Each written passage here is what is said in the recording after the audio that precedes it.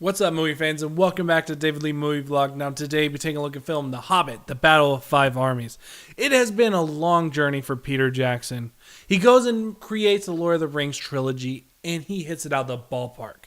He takes a couple years off, and he decides he's going to go and do the Hobbit books. He decides, I'm going to go and do it into two. But of course, Warner Brothers is just like, no, we don't want you to do that. We want you to put it into three parts. And all of us fans kind of question this. We're like, why are you taking such a small book and put it into three movies? Well, Peter Jackson said, guys, I know what I'm doing, and I'm going to make this an epic trilogy.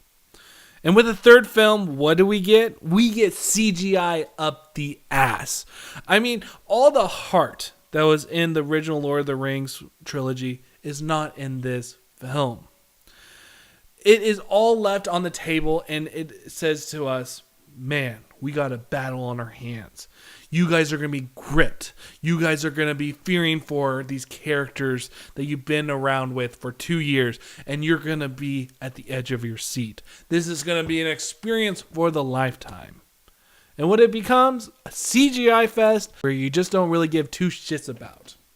Now the story is that Thorin has finally reclaimed his kingdom.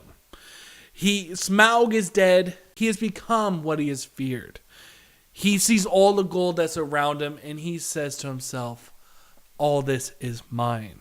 Now, this is actually the best part about this film. Where you see Thorin, you've been going around with him, and you know him as this guy that knows he has a rightful place where Smaug is at. And once he finally gets there, he turns into the man that he fears. This man that's all about greed. He's not about his people. He's all about himself. And God forbid if someone tries to steal from him. Well, the elves hear that Smaug is dead, and they decide that they're going to go and reclaim the gold that was stolen from them. The humans are coming to go and claim the gold for helping out the dwarves when they needed it most. And you had the orcs who are coming and knowing that all their enemies are going to be in one spot. And so they decide to all wipe them all out all at once. And all that sounds epic. All that sounds great. But what happens is that we have a Lord of the Rings film that's taking place in one valley and one giant battle. Now, this would be all great and all if we actually really cared about the characters that we've been with for 2 years. Because there's been times where I'm just like looking at this Hobbit trilogy and I'm just thinking to myself, what's the thing that's not clicking for me that clicked with me with the Lord of the Rings trilogy? And I just really cannot grasp my finger on it. And then it dawned on me.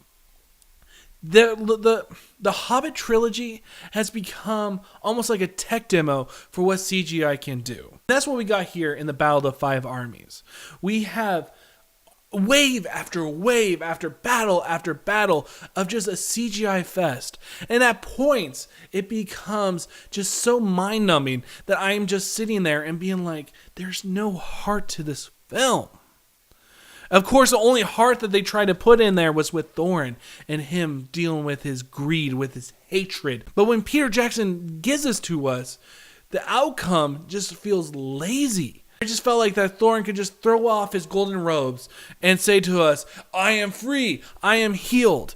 At this point, when I got this type of revolution from this character, I was zoned out. I was done. There was no heart in this film. But what we got was just CGI up the ass, and it just became mind-numbing. If Peter Jackson wants to prove to us that he can go on with his Middle-earth saga or just anything with the Middle-earth, because you know that Warner Brothers, we got a property here where we can just milk it for years and years and years. But if the content that they're going to be bringing us is like The Hobbit, it's not going to work. I wish I cared about the characters that were in this trilogy. I wish I cared about this journey. There was no moment in here where I can easily say, I'm going to remember that key moment. Because when I got out of the Battle of the Five Armies, I really couldn't say to myself, oh, I remember this scene, I remember that scene. All it became was just a jumbled mess. And the biggest sin that this film had was where they had this Jar Jar Binks character. You know the character that I'm talking about. It's the one that has the unibrow. Why the fuck was he in this movie? there is no point to his character. He was the one I could definitely tell that the executive, well, we have to have some humor in this film, so let's just throw this guy in here. And does he remind you of Jar Jar Binks? Oh, no. The kids will love him. Because in the end, the Battle of Five Armies felt like fan service. It felt like a tech demo for what this CGI team can do. And I didn't feel like there was any heart in this film. So in the end, I'm going to give The Hobbit, the Battle of Five Armies, a C-. Yes, there were some great battle sequences, but there was also just some mind-numbing scenes.